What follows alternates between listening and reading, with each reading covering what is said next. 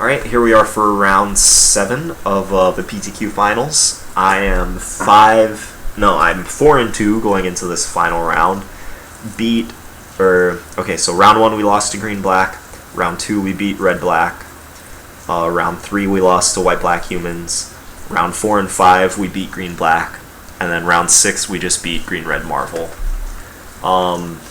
Our opponent did punt last round against us, so I guess that's justice for the punt that we made in round 3. But anyway, going into round 7, the tournament was small enough that even if I lost this round, I think I might have ended up in top 32 still. My breakers were really bad because I lost round 1 and round 3. Yeah, playing for glory at this point.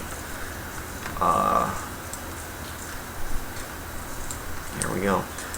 So I'm really glad that we get to play against this matchup, to get to showcase this matchup. I've played against this guy before. I don't know if he's like a well-known moto grinder or whatever, but I've played against him before in leagues, and he's playing blue-white.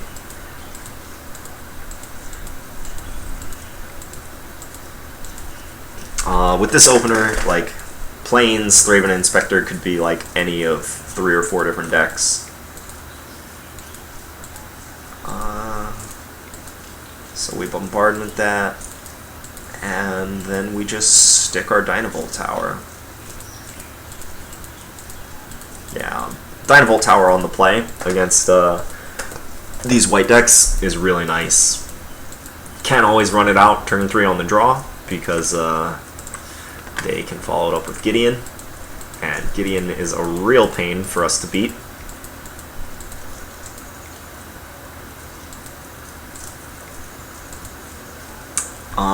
So I went for the double Dynavolt Tower here because I don't have an answer to Gideon. Double Dynavolt Tower actually does a very good job of answering Gideon, and I played into his Spell Queller because we drew the Galvanic Bombardment to punish him for this. So we just get to kill it, get our tower back, and even if he plays Gideon, we are going to get to nug Gideon down. He ends up having to pop his clue, play Selfless Spirit. Yeah, no Gideon there means that we're feeling really good about this game. Play Glimmer here because we want it to resolve. He's tapped out. And yeah, so we keep Harness Lightning on top, draw 2 more, kill his Selfless Spirit on our turn, and say go. Don't want him Avicenning us. Yeah, Reflector Mage is really bad against us. So we're Harness Lightning the Thraven Inspector because it spends less energy, and then Dynavolt Tower can kill Reflector Mage. We did all that now because we don't want to play into Avacyn, which he might have now. Essence Flux will be good later.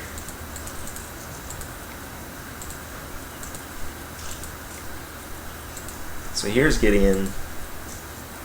He makes a knight. Yeah. Actually, I think we decline to spend the energy to kill the knight so that we have enough energy to kill Gideon. The 2/2 is not at all scary.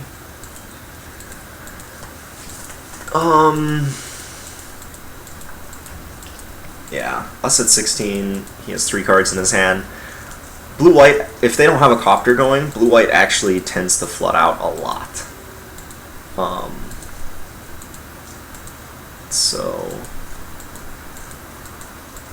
yeah, I'm not activating Dynavolt Tower here because of Avacyn, so I wait until his upkeep to do it, so that way if he does have Avacyn, he can play it. He, gets us with his energy, but he doesn't get to attack with it. I'd rather not Void Shatter Avacyn if I don't have to. I would much rather Harness Lightning her. There's Thalia.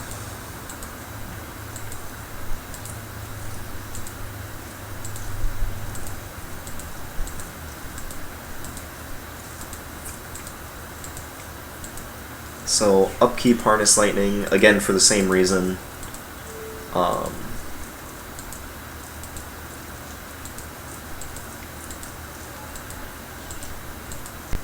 We don't want to walk into Avacyn, or we don't want to give them a ton of value off of Avacyn. So Westvale Abbey is somewhat irritating here, but not at all game breaking.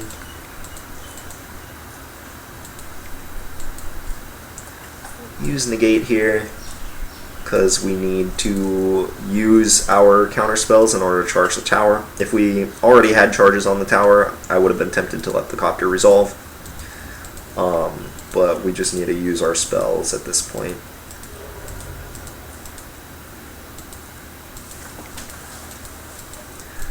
Yeah, so one of the things that I think a lot of people might overlook about this deck is how important the critical mass of card draw is for situations where you have a tower going or you absolutely need to dig for a specific burn spell or counter spell.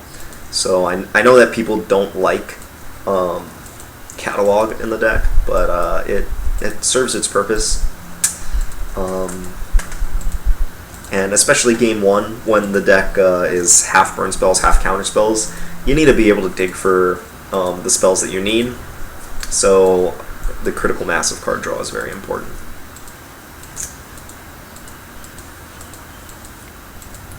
So he goes for this. Now, I think I go for the Gear Hulk here, yes. I go for the Gear Hulk here because even though I can't protect it with Void Shatter, they don't usually play Spell Shrivel in the main deck. And Spell Shrivel and Void Shatter are the only cards that can get Gear Hulk there. He can't rebuff Gear Hulk because it's an artifact, and I have 2 mana open if he wants to try to rebuff this Glimmer.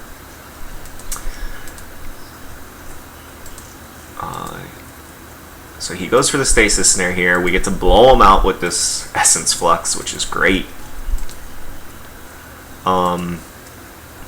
Since he's tapped out, I go for the Essence Flux here to charge up our towers, just get 4 free energy, and then we still get to Flashback Catalog anyway. Discard the Blighted Cataract. So we find Anticipate Bombardment. I think we keep both of those. Yeah, we just want spells to keep the towers going.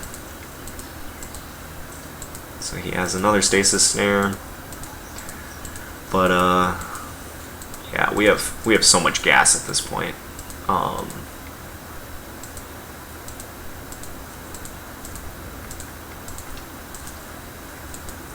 Yeah, Galvanic Bombardment kills Avacyn if he wants to try to ambush us here. He makes a donkey, we just immediately kill it. We've got tons of energy. We get to anticipate, keep the energy flowing. Unfortunately, we couldn't take inventories there.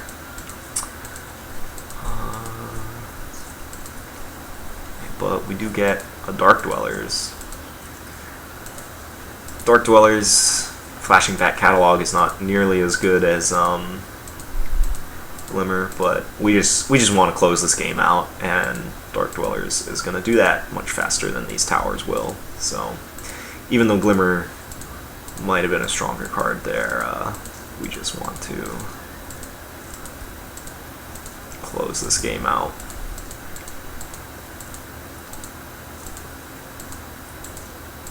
Yeah, so our towers are basically just going to nug him to death here.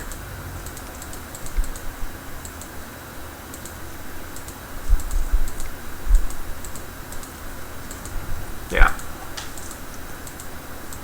Alright. So yeah, game 1 against Blue-White is all about keeping Gideon under control. He did have a Gideon later when we had 2 towers in play. And having a tower going is one way to control Gideon, but on like turn 4 or 5, you absolutely have to try to counter it. but we had 2 towers in play on turn 4, so Gideon was not a huge issue this game. When we're on the draw, though, that is not so much the case. So, going on to game 2, we do end up losing this game because there is a game 3 waiting for us. But how we sideboarded, take out, take inventory, take out Dark Dwellers, want to basically be fighting them at instant speed because of Spell Queller and Avacyn and all of their counter spells. I shave a Void Shatter here because even though it counters Gideon, it counters Avacyn, it's just a generally good card. It's also very clunky, and the easiest way to lose this matchup is if they curve out and have a Gideon, because even if they're curving out, we have to keep mana open to counter it early. Especially if they're curving out, we have to keep mana open to counter a Gideon early. And keeping 3 mana open every turn means that we're much less likely to be able to interact with their creatures as they are curving out. So I trim a Void Shatter, but I do bring in the second rebuff, I bring in the second negate, bring in Tears of Valakut, and also bring in Flame Lash, which can kill a resolved Gideon if we don't draw a counterspell or if they have Dispel. Some versions have Dispel, so if they catch our counterspell with a Dispel, then we have a clean answer to at least dig towards. So Flame Lash comes in just for Gideon, and then the 3 Weavers came in. So yeah, cut the sorcery speed stuff and bring in more board control.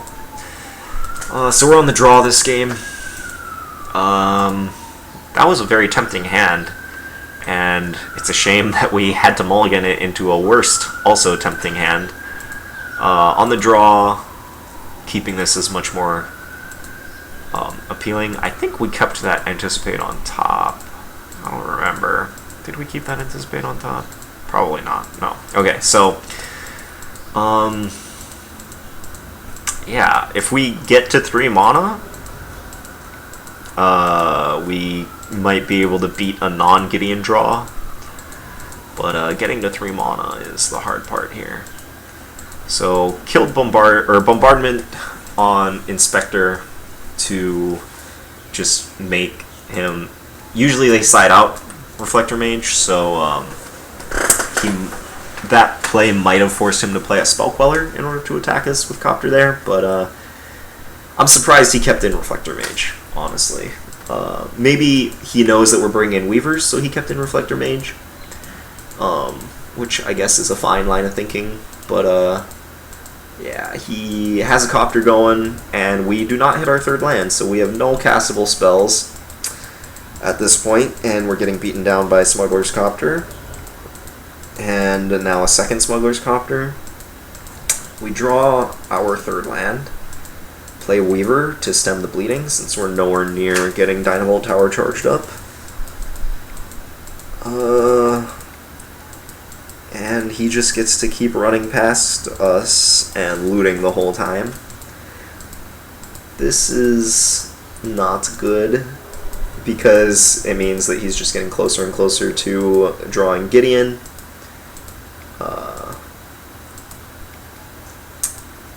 We run the tower out there, and I'm pretty sure that if he just minused Jace there, we were for sure dead in this spot. But he plus Jace, gets to attack us again.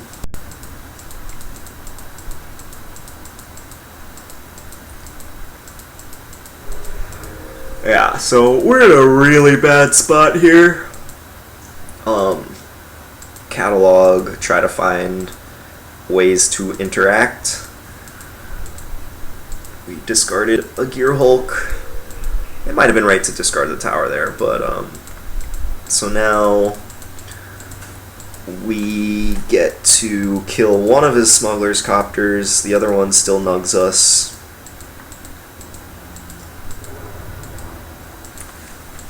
And this, yeah, he has looted enough times that he was due for a Gideon a long time ago, and there's nothing that we can do.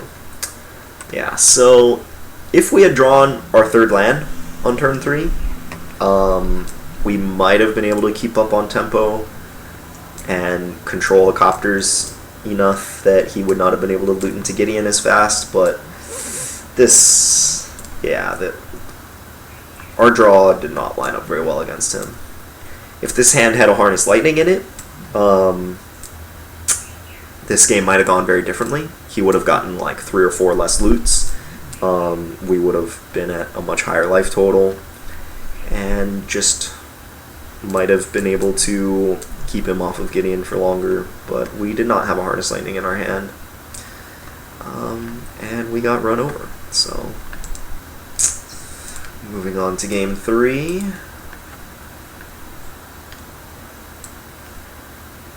This one. Last game of the last match of the tournament. This hand is great.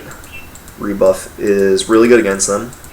It does not counter Copter, but it counters everything else. We have a nice curve, 2 mana interaction into 3 mana interaction.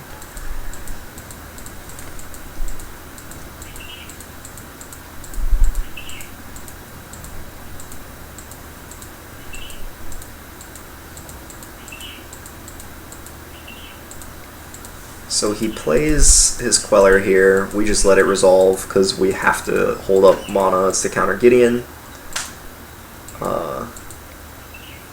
It might have been right to Void Shatter that Selfless Spirit, but I think I'm trying to just get to Glimmer here. Try to find a Harness Lightning or something. Yeah. Okay, so kept Weaver. Drew Harness Lightning anyway. Yeah. So ideally we want to be able to rebuff something to kill Selfless Spirit, because Harness Lightning to kill Selfless Spirit with the trigger is no bueno.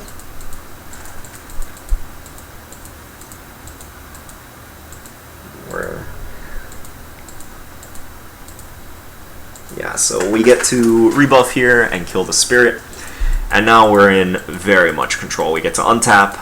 We have a way to kill both of his Copters. We have Void Shatter up. We just drew Tower to solidify our position on the board. And this is not going to end well for him. Oh gosh, how embarrassing. Clicked through Declare Attackers. Gave him 2 free loots here. He notably discarded Gideon. Okay. So, maybe I purposefully let him attack with the Copters so that he wouldn't have a window to discard or to play Gideon. Yeah, that makes sense, because we're not in a position to really be able to straight up kill a Gideon at this point. So Bombardment kills Inspector, or Bombardment kills the Copter we blocked. Weaver shoots Inspector, and now we get to Harness Lightning the other Copter. Weaver gets to finish off Inspector.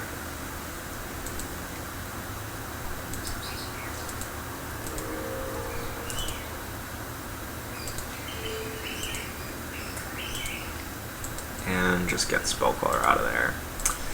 Okay, so now we're running out Gear Hulk. We don't want it to get countered. They usually side into Spell Shrivel, so we just want to get our card draw while we can. So we bottom the land, keep the negate, draw a land anyway. And now, if he plays a Gideon here, like, yeah, he probably should have just emblemed it, because it's just gonna die.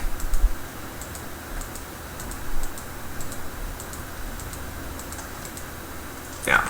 So in this matchup, I have found that it's often correct to take early hits from Copter to make sure that you have counter mana up for Gideon. And then, because Gideon, if you use your removal spells at the end of their turn, and you keep the board clear that way, then even if they get a couple extra loots, if they play Gideon into a board like this, even if we didn't have the Gear Hulk, if we had a tower in play and we have enough flexibility to be able to just charge up the tower a bunch, then Gideon is completely manageable.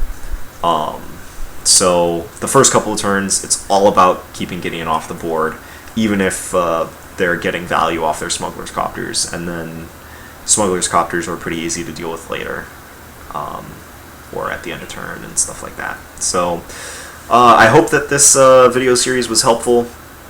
I know some people are thinking about playing this deck for GP Denver, so I like its position against the top 3 decks, Green, Black, Blue, White, and Marvel, which you got to see matchups against all of them. And you did see me get run over by the Humans deck, so we struggle a little bit with specifically the Vehicles decks. But now that the Mardu decks have been leaning away from Blue, which makes me much more comfortable with playing this deck. And the Moto metagame at this point is for sure. Here we go. Yeah. Oh wow, Aetherworks dethroned Delirium. So White Blue Flash, really like the matchup against them. If you know how to play it, it can be a good matchup. And then Aetherworks and Delirium, I feel really good against all these decks. Mardu Vehicles, not as much, but it's half as popular as decks 2 and 3. So, and then going further down the metagame, I like the Zombies matchup. I like the Aggro matchup. Yeah, so it's a very good deck. I would recommend it. If I were playing in Grand Prix Denver, I would be playing it. I will not be playing in Grand Prix Denver. I am hopefully going to be playing in a PTQ online this weekend.